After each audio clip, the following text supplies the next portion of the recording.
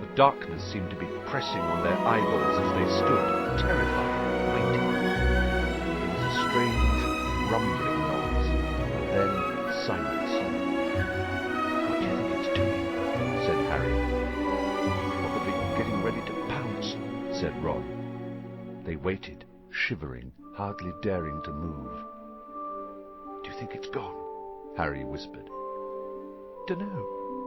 Then, to their right, came a sudden blaze of light, so bright in the darkness that both of them flung up their hands to shield their eyes. Fang yelped and tried to run, but got lodged in a tangle of thorns and yelped even louder. "Harry!" Ron shouted, his voice breaking with relief. "Harry! It's our car!" "What? Come on!" Harry blundered after Ron towards the light, stumbling and tripping, and a moment later they had emerged into a clearing. Mr. Weasley's car was standing empty in the middle of a circle of thick trees under a roof of dense branches, its headlamps ablaze. As Ron walked, open-mouthed, towards it, it moved slowly towards him, exactly like a large turquoise dog greeting its owner.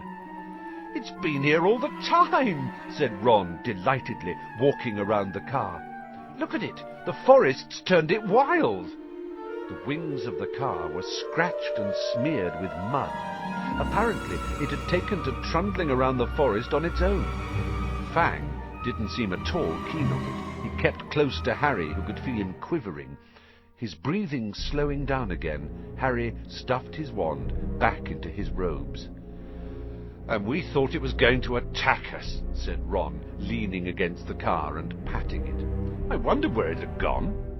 Harry squinted around on the floodlit ground for signs of more spiders, but they had all scuttled away from the glare of the headlights. "We've lost the trail," he said. "Come on, let's go and find them." Ron didn't speak. He didn't move.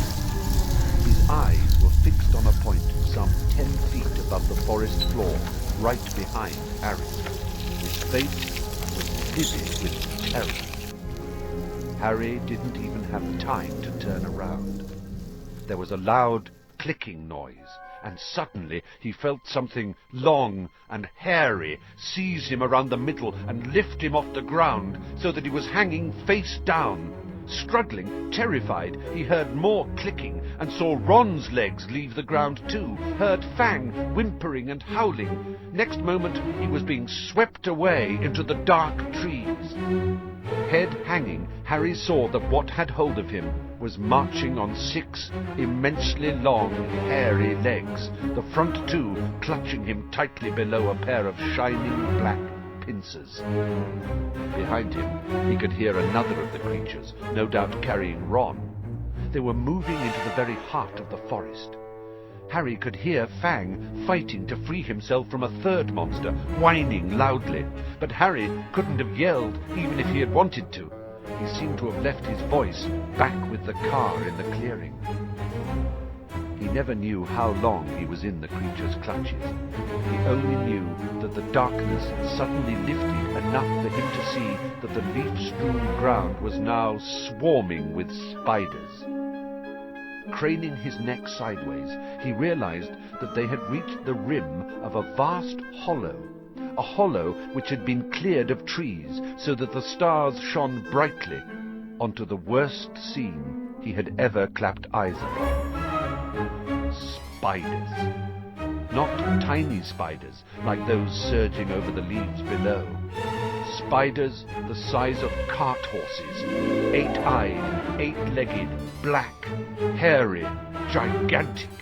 The massive specimen that was carrying Harry made its way down the steep slope towards a misty, domed web in the very center of the hollow, while its fellows closed in all around it, clicking their pincers excitedly at the sight of its load.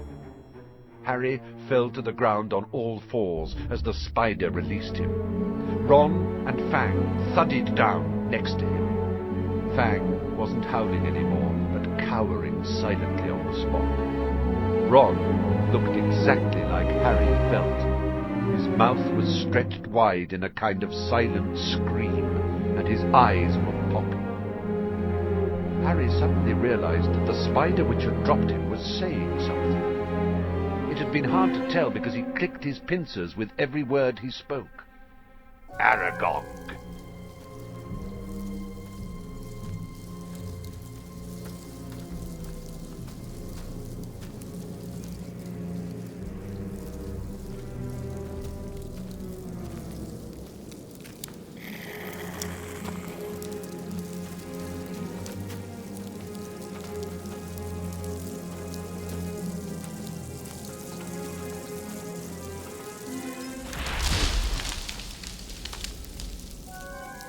Who is it? Don't panic. Hagrid? Is that you? We're friends of Hagrid's.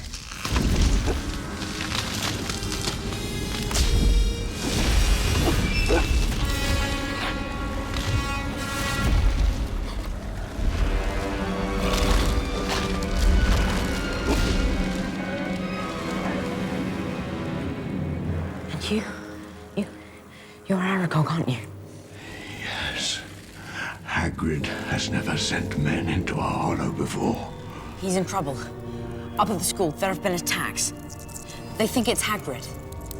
They think he opened the Chamber of Secrets, like before.